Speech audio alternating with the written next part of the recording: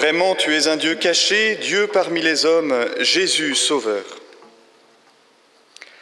Après le départ des mages, l'ange du Seigneur apparaît en songe à Joseph et lui dit « Lève-toi, prends l'enfant et sa mère et fuis en Égypte.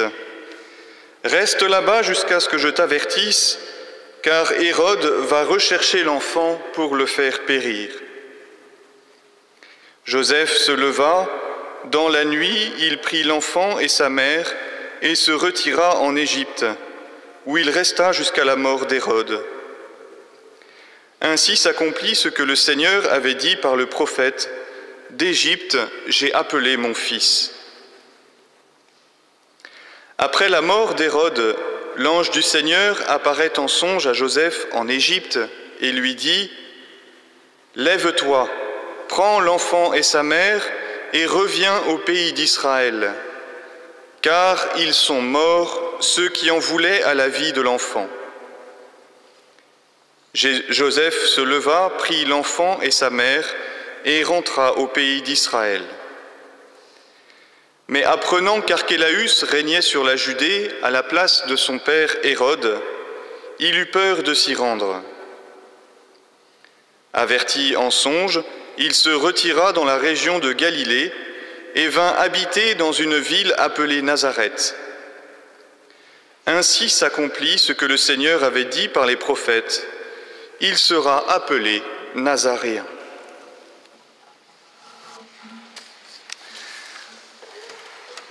Curieuse histoire que cette vie de la Sainte Famille. Une famille qui, à vue humaine, n'aurait pas dû exister. D'abord, Jésus n'aurait pas dû naître. À vue humaine, Joseph aurait dû répudier Marie. C'est ce qu'il avait prévu de faire. Heureusement, l'ange est intervenu et heureusement, Joseph l'a écouté. À vue humaine, Hérode aurait dû pouvoir massacrer cet enfant. C'est un roi quand même, voilà. Mystère de cette famille, toute fragile, et qui pourtant est tenue, soutenue par Dieu, du début à la fin.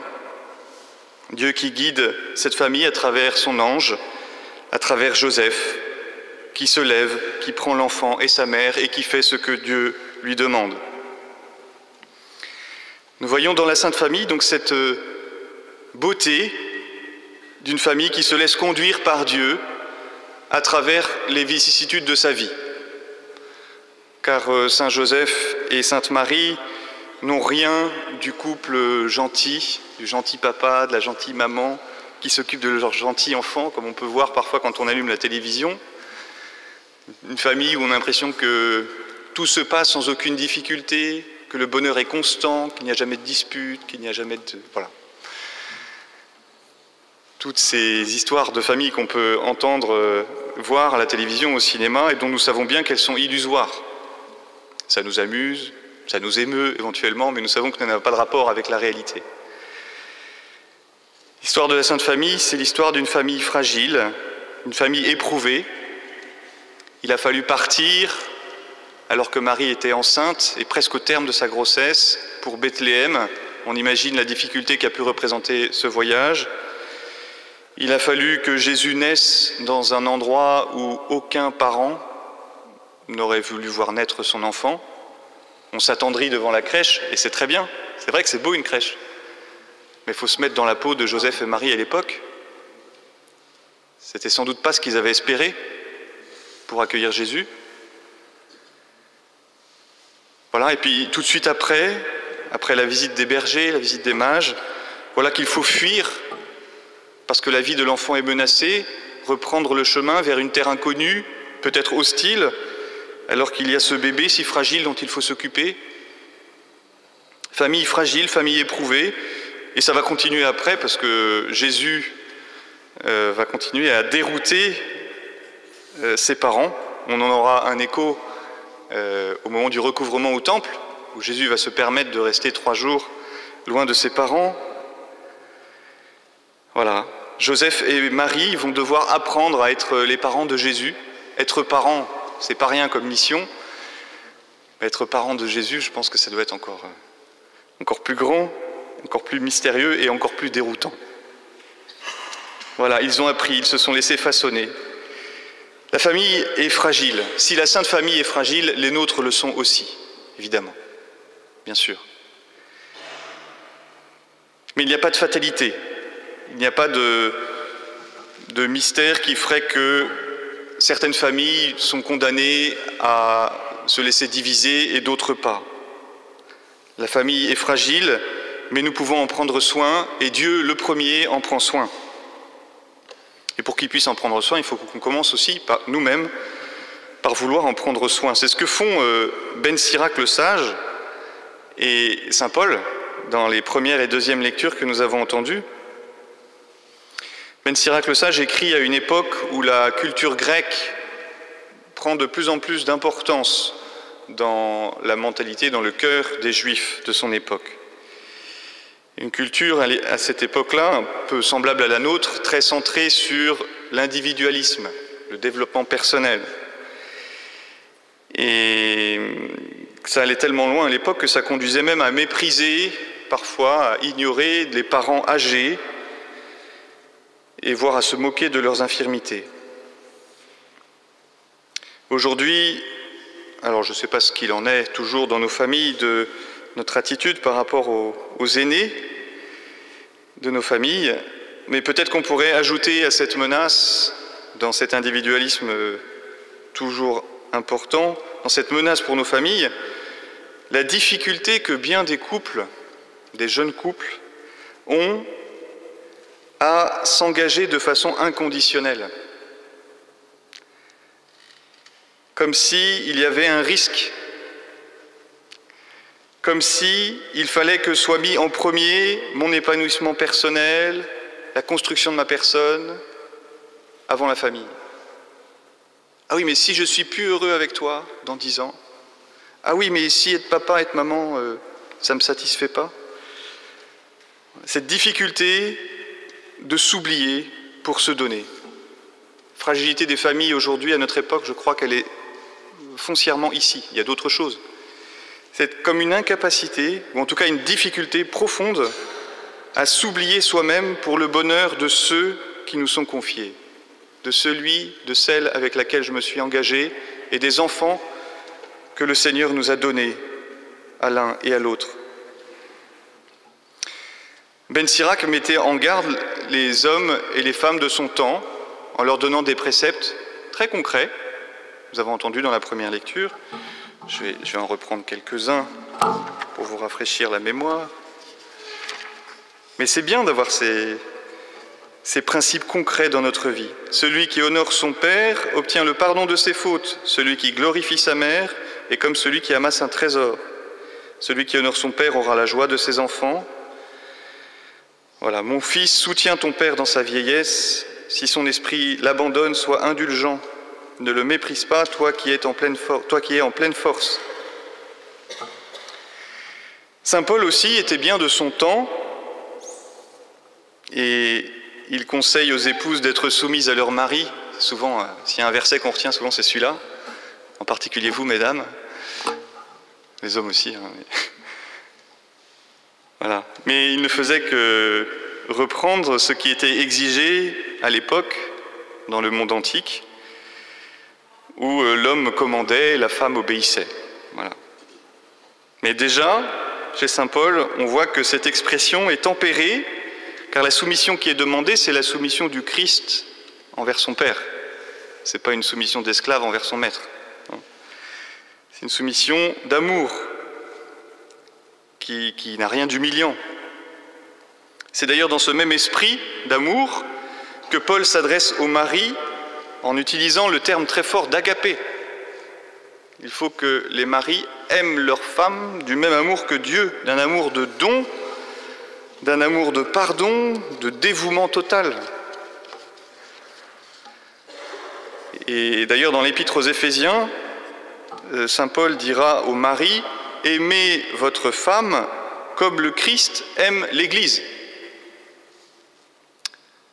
C'est pas rien non plus.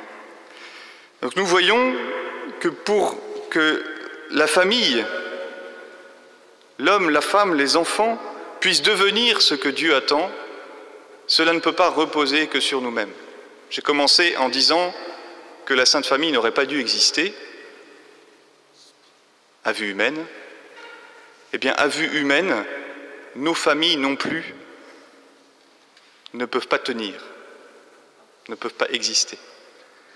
Aucune femme, aucun mari ne peut aimer de cette qualité-là, simplement à vue humaine, sans être soutenu par Dieu, comme la Sainte Famille l'a été à travers l'ange. La famille est appelée à devenir la première église domestique, ce lieu par excellence où Dieu va transformer le cœur de l'homme, de la femme, des enfants, va pouvoir faire fleurir, comme dans un jardin, ces beaux fruits de la bienveillance, de l'humilité, de la douceur, de la patience, de la bonté, du pardon. Une famille qui vit ses sentiments, une famille dont le jardin est bien fleuri, rayonne d'amour et de paix. Quelles que soient les difficultés, bien sûr, les difficultés, il y en a. Quelle famille n'en a pas? Et le Seigneur est là justement pour nous aider à les traverser avec la force nécessaire. Et évidemment, un jardin, vous le savez, pour ceux qui ont la main verte parmi vous, eh ben, ça ne s'entretient pas tout seul. Ça demande qu'on s'y investisse, qu'on soit prêt à y passer du temps. Et notre famille, il faut qu'on en prenne soin. Commencer peut-être par éteindre la télé ou l'ordinateur, qui peut prendre de plus en plus de place dans certaines de nos familles. Savoir prendre du temps, perdre du temps même, les uns pour les autres, se parler, s'écouter, prier ensemble aussi, pour se mettre sous le soleil de Dieu, qu'il fasse bien pousser tous les fruits de notre famille. Voilà, de tout temps, la famille est un lieu de joie et d'épreuve, un lieu de fragilité et un lieu où s'expérimente la puissance avec laquelle Dieu peut soutenir un homme et une femme et les enfants qu'il leur a donnés pour cheminer vers lui. En cela, la famille de Joseph, Marie et Jésus est une icône de chacune de nos familles, ou en tout cas de ce qu'elles doivent être. À leur école, nous pouvons laisser, nous devons laisser l'amour de Dieu irradier nos relations familiales. J'insiste sur « nous devons », car c'est une exigence missionnaire aussi. Le pape François l'a rappelé en prévision du synode qui se tiendra à l'automne prochain sur la famille. La famille a un rôle essentiel à jouer dans le témoignage de la fécondité de l'œuvre du Christ dans les cœurs. Si on peut parler de l'amour de Dieu, on peut parler de plein de choses, mais si concrètement dans nos familles, les hommes et les femmes de notre temps ne voient pas qu'accueillir l'amour de Dieu, accueillir le Christ, ça ne change rien, ça change quelque chose, pardon, ne voient pas que ça change quelque chose, notre témoignage perd beaucoup de sa crédibilité. Et comme la famille est quelque chose de fragile, en particulier à notre époque, on voit bien avec tous les couples qui se séparent, les enfants qui souffrent de toutes ces situations compliquées, de divorce, de séparation, de parents qui ne savent pas bien s'occuper d'eux. Notre témoignage peut rencontrer l'intérêt de beaucoup. Si nous savons laisser l'amour du Christ rayonner à travers nous, si nous lui permettons de faire que notre jardin devienne magnifique, comme il le souhaite, lui qui est quand même le créateur, donc qui s'y connaît en matière de jardin, si nous lui permettons cela, il y a certainement beaucoup de nos contemporains qui se laisseront toucher par l'amour de Dieu, qui voudront accueillir ce Christ qui peut leur donner l'amour, la paix, l'unité dans leur famille, parce que c'est ce que tout homme, toute femme recherche, et qui ne sait pas toujours comment vivre. Voilà, demandons au Seigneur, à l'école de Joseph, de Marie et de Jésus, de nous laisser conduire par lui, d'être dans une confiance inébranlable en son amour pour chacun de nous. Amen.